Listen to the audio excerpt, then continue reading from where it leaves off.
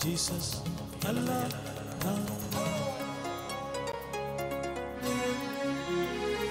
shines of India।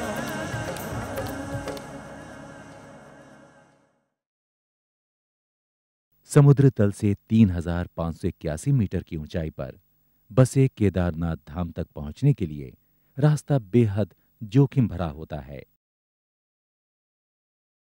पहाड़ की चोटियों के बीच काट कर बनाए गए इन सकरे रास्तों को पैदल या फिर खच्चरों के जरिए ही पार किया जा सकता है।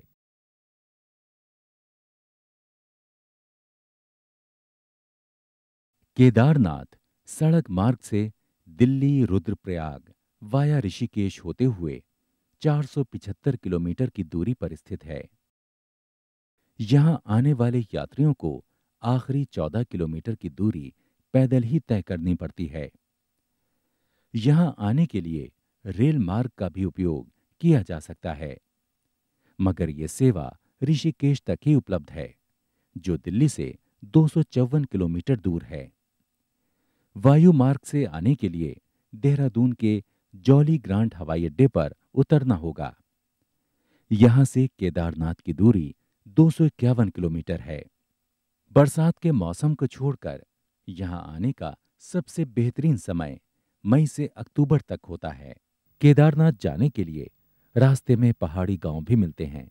इन गांवों में बनने वाले मकान आमतौर पर बनाए जाने वाले मकानों से अलग होते हैं।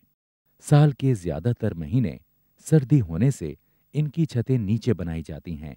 यहाँ घर छोटे और चारों तरफ से बंद होते हैं। चौड़े दरवाजों और खिड़कियों के बजाय इन घरों को बनाते समय इस बात का ध्यान दिया जाता है कि बाहर की सर्दी अंदर कम से कम पहुंचे।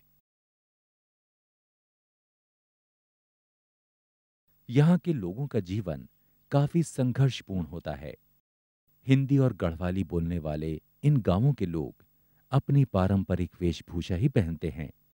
इनका पहनावा काफी हद तक आम पहाड़ी लोगों की तरह ही है। सर्दियों के मौसम में इस गांव के लोग पलायन कर दूसरी सुरक्षित जगहों पर चले जाते हैं। यहां आज भी केरल से आए उन रावल ब्राह्मणों के वंशज रहते हैं, जिन्हें आदि शंकराचार्य मंदिर की सेवा के लिए लाया गया था। केदारनाथ मंदिर में पूजा अर्चना की जिम्मेदारी इस समय भी ये बखूबी निभा रहे हैं।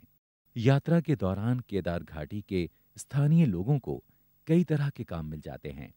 रास्तों से पूरी तरह परिचित होने के कारण ये लोग बाहर से आने वालों के लिए गाइड का काम करने के साथ ही रास्ते को पार करने के साधन भी मुहैया कराते हैं।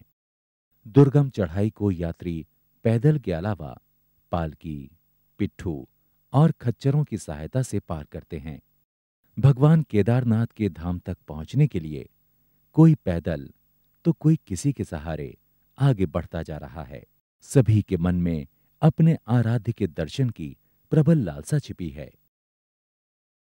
वहां तक पहुंचने के साधन चाहे कुछ भी हों, मगर लक्ष्य सभी का एक है, और वो लक्ष्य है भगवान शिव के दर्शन पूजन करना। सभी श्रद्धालु दर्शन से मिलने वाले महा आनंद की परम अनुभूति को पाने के लिए कदम से कदम मिलाते हुए आगे ही आगे बढ़ते जा रहे हैं। घाटी का निचला इलाका ऊंचे देवदारों के पेड़ों से भरा हुआ है। पहाड़ों के बीच यहाँ कई कुंड बने हुए हैं। इन कुंडों की धार्मिक मान्यताएं हैं। मंदिर के उत्तरी हिस्से में गर्म पानी का पवित्र कुंड है। इसे गौरी कुंड कहते हैं। इस स्थान के बारे में मान्यता है कि यहां पर पार्वती जी ने ऋतु स्नान किया था।